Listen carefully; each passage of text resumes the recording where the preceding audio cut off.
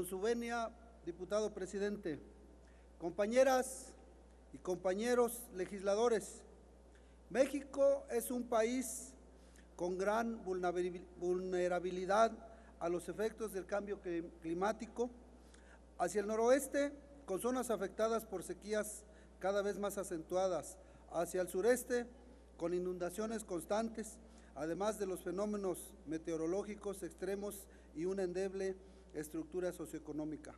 El cambio climático eventualmente hará que más de la mitad del territorio cambie sus condiciones de temperatura y precipitación, lo que afectará en principio a las regiones de latitudes bajas y zonas costeras.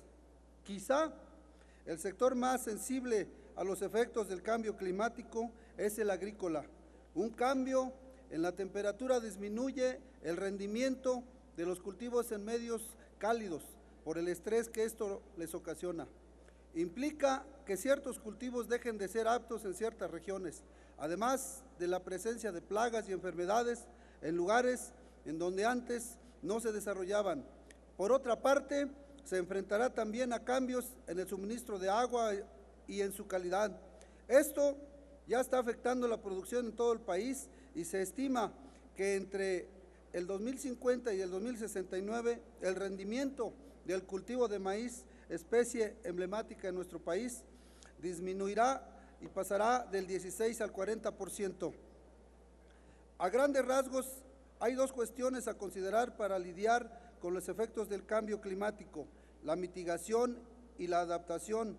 La primera se refiere a limitar y eventualmente reducir las emisiones de gases de efecto invernadero. La segunda, a reducir la vulnerabilidad a los impactos negativos si no se implementan medidas de adaptación y mitigación a nivel global. Es probable que el número de pobres llegue hasta 122 millones para 2030. En comparación con un futuro sin cambio climático, las personas más afectadas serían quienes dependen de la agricultura por temporal.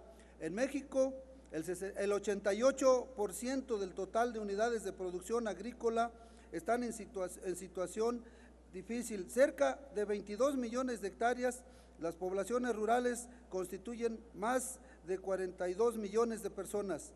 Las estimaciones globales muestran que con un aumento de temperatura de 2.3 a 5.1 grados, los ingresos agrícolas pueden disminuir de 43 a 54% en México. Actualmente, más del 61% de la población rural se encuentra en situación de pobreza y se ha estimado que la superficie apta para el cultivo de maíz disminuirá.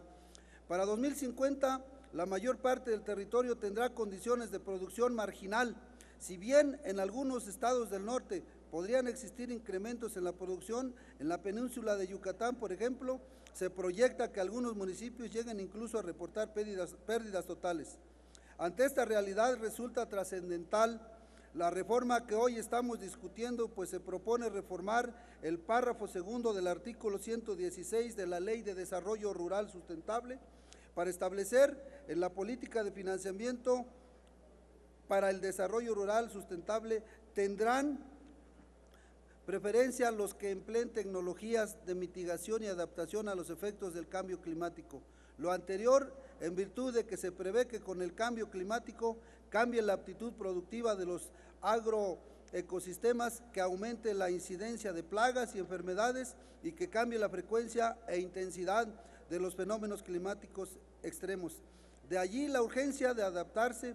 Si bien la actividad agropecuaria y el cambio del uso de suelo son responsables de 1/3 de las emisiones de gases de efecto invernadero a escala mundial, también es cierto que la agricultura tiene importante potencial de mitigación. Eso puede lograrse a través del ajuste y cambio de prácticas productivas y de la adopción de sistemas que protejan el suelo, en lo cual el rescate de prácticas ancestrales o tradicionales puede cumplir con un rol significativo. La adaptación de la agricultura al cambio climático y la contribución al sector a su mitigación plantea en esencia la necesidad de introducir cambios a la forma en que el sector se relaciona con el medio ambiente, ya sea como demandante de recursos naturales y servicios agroecosistémicos o como usuario de servicios. Es necesario adoptar medidas que nos permitan enfrentar el cambio climático y la reforma legal que hoy estamos votando va encaminada a ese propósito. Por ello, el Grupo Parlamentario de Encuentro Social votará a favor del dictamen. Muchas gracias, compañeros. Es todo, presidente de la mesa.